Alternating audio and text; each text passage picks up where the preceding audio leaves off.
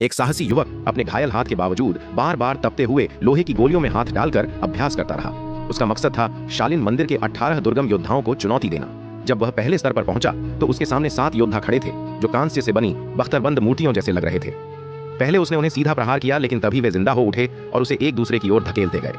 जल्द ही उसे समझ आ गया कि ये योद्धा उसकी ताकत को खत्म करने के लिए बनाए गए हैं। लेकिन उसने गौर किया कि आखिरी 2 योद्धाओं पर लाल घेर है। मौका देखकर उसने उन बिंदुओं पर वार किया और दोनों योद्धा रुक गए।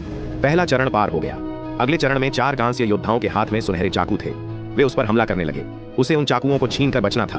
तभी उसकी नजर ऊपर लटकते एक चाकू पर गई। चाकू पकड़ा और पलटवार कर दिया।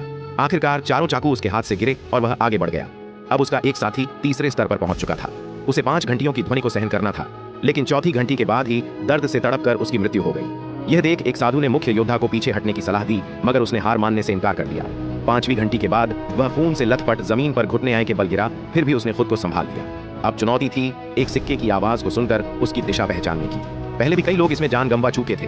कांस्य योद्धा ने सिक्का फेंका और उस आदमी ने बिना देखे सही दिशा पहचान ली। कई बार ऐसा हुआ और वह हर बार सफल रहा।